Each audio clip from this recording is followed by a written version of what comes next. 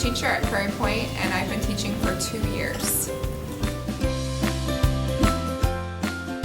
Post-reading strategy is called 3-level reading guides, and the goal is to really break a reading down so that students are forced to do rereadings, but they don't feel forced, so they're not being asked to just reread and answer another question. So students first read just for literally what is on the page, then they start to read for what's being implied, and then they take their reading in the 3rd section and think about how can I connect the reading to the world? What experiences have I had that are informing my understanding of the theme in this text? What are some benefits that you've seen of it for both students and yourself as a teacher in the classroom? Well, my most favorite thing about this strategy is that it works with all levels of kids. So kids who are really low feel supported, and I think kids that are low in reading really just need to understand what's happening in a text first, and it honors that for them, and then they're able to get to the deeper meaning. And kids who are really excelling at reading benefit from this strategy because it slows them down, it makes them think about what's being implied, forces them to make inferences, and they come to a much richer understanding of the text than if they just read on their own. At school. Is that true? Yes. Yeah. Okay, where do we see that? That she's embarrassed. 96. I hear 96, that's right here. What words in that sentence show me that she's embarrassed? I couldn't go back. I couldn't go back there. Yeah, if you can't go back to a place, you're probably pretty embarrassed. Does anybody have a different answer for words that show that, Sean? Well, between the words I, through, and on, there's a bold dash symbolizing, meaning that she's stuttering. Yeah, so if I was going to deliver that line, if I was the actress, I might say it like this.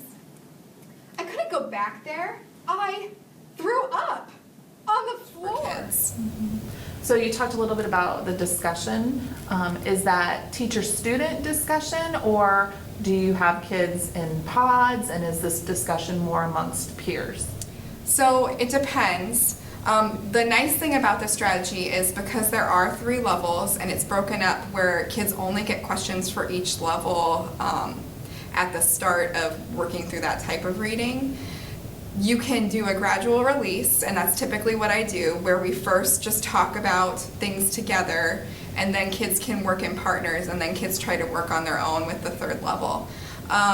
When we've done the strategy more frequently and kids are comfortable with it, I've had kids work through it in pods and bring answers back. Sometimes the discussion is teacher-centered, sometimes it starts student-centered. The really nice thing about the last level in the 3-level learning guide is you can write it to be a debate. So you can say, so for instance in the Glass Menagerie reading guide that was filmed, I asked students, is it okay for mothers to control their children? And they get to debate what they think about that and really tie it into the reading and think about, well, what about in this instance? What about in my life? And it creates a rich whole class discussion, but it doesn't have to be. Disagree. Who thought that children should not be pushed by their mothers to be their best selves? Raise them high if you thought that. All right, Colin, tell me why. Said that mothers should not force or push their children in anything, but instead support them in the choices they make, but still give them guidance so they don't make wrong, dangerous decisions. So you see Amanda as kind of stifling, Yeah. where she's forcing her daughter. Forcing Laura to kind of go to this college that she might not want to. Yeah, maybe Laura's not meant to be a secretary if she's so nervous around people. I like that. What was your thought, Kaya? I said that I disagree because the more you push someone, like your child or someone, the more they won't want to do that thing that you're pushing them towards.